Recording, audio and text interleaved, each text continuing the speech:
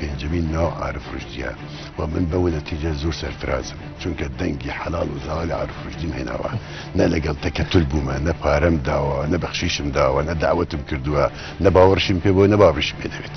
بەڵێ جەماوەری یەکێتی نێو ناوچەیە لە ئاسیەوەیە نییە کە بتوانێت شتی پێ بوەستێت کورسێکی پەرلەمانی بۆ بەدەستبێنێت. وایە پارتیا و داوای کردووە واقع بین نەبووە ینی ئەگەر لێرە ئەو خەلەلە هەبێ بەراورد ناکرێت لەوەی لەگەڵ لە هەولێر و لەگەڵ بات باسی ئەوە کرد کە تۆ ئیسا بڕۆنامەی ماستەرت هێناوە بە تەواوکردنی پەیمانگاوە ئەتوانرێت ماستەر بەدەستبێنرێت هیچ لێکۆڵینەوە لەلایەن ئەنجومەنی ناوەندی یەکێتیەوە لەسەر ئەو بەرپرسێکی تری خزمەکە کە ناوەکەی لە بەردەستی منایە پێک هێنراوە کە گوایە ئەمە وتراوە بەشێک لە موچی پێشمەرگۆچە ئۆتۆمبیلێک دیارناماوە.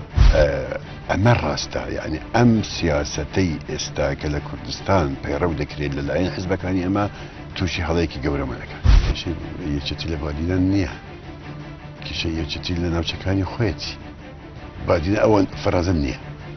بەرنامەی بەڕاشکاوی ئەم شەو کاتژمێر 9:05 لێن ئارتیەوە پێشکەشتان دەکرێت.